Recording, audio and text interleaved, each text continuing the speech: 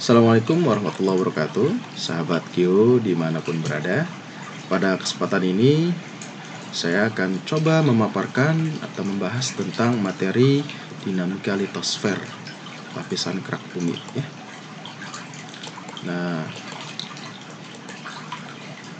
berbicara tentang lapisan bumi ya, atau struktur bumi ini dibagi menjadi 4 komponen ya. Ada namanya kerak bumi, ada mantel, ada inti bumi yang dibagi jadi 2, ada inti luar dan inti dalam. Sahabat, setiap lapisan bumi ya ini memiliki karakteristik yang berbeda, baik dalam komposisi kimia, keadaan fisik, ataupun batuan yang ada di dalam lapisan itu. Nah, tentunya fenomena dari karakteristik kimiawi, keadaan fisik ini dapat mempengaruhi kehidupan yang ada di permukaan bumi ya.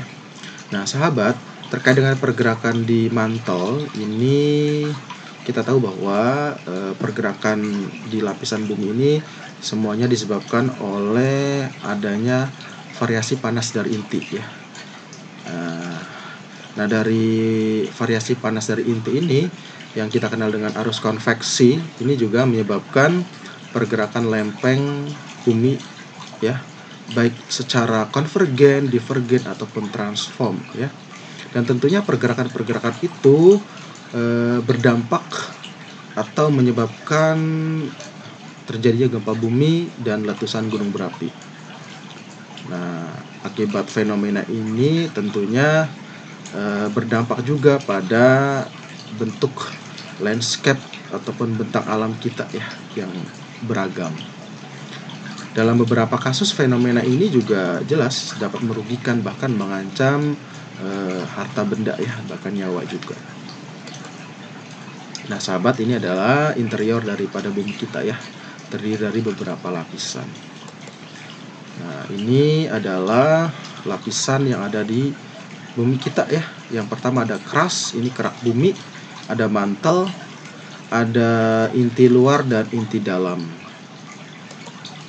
Nah, di sini dari gambar ini saya coba akan bahas ya.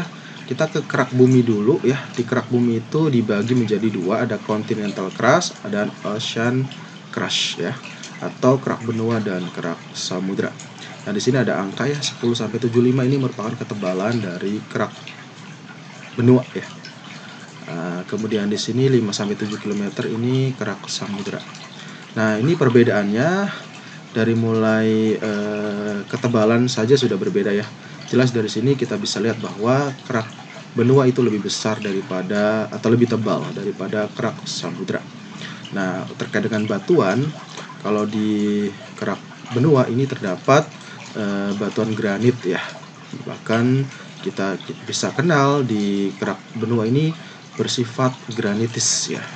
Adapun material kimiawi yang ada di continental crust atau di kerak benua ini yaitu material silisium, aluminium dan oksigen.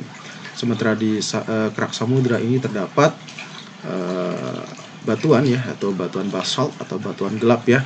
Adapun material kimiawinya ada silisium atau silikon, oksigen dan magnesium.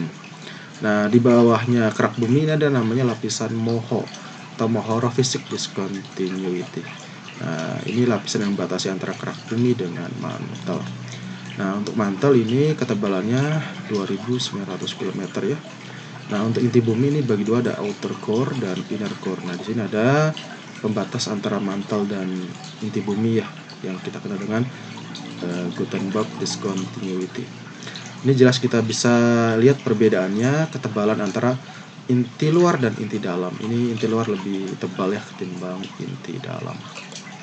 Nah, sahabat, ini adalah komposisi kimia dari bumi kita ya, struktur bumi kita ya, dari mulai kerak bumi sampai ke inti bumi ya. Ada silikon, oksigen, aluminium, ferrum, kalsium, sodium. Ke mantel ini ada ferrum, magnesium, aluminium, silikon, oksigen. Kemudian di inti bumi ada ferrum, nikel, sulfur ya gitu. Nah, kemudian berikutnya terkait dengan earth movement atau pergerakan lempeng ya. Sudah saya jelaskan di awal bahwa pergerakan lempeng ini akibat adanya arus konveksi yang berasal dari inti bumi ya, yang naik ke atas ya, yang menyebabkan adanya pergerakan. Pergerakan tadi udah saya bilang ada yang divergen, konvergen, dan transform. Nah, di sini ada yang konvergen, ini yang bersifat subduction, ini berdampak pada terbentuknya gunung berapi, kemudian palung gitu ya. Nah, kemudian ada yang divergen, yang bergerak lempeng yang saling menjauh, ini menyebabkan adanya pematang tengah samudra.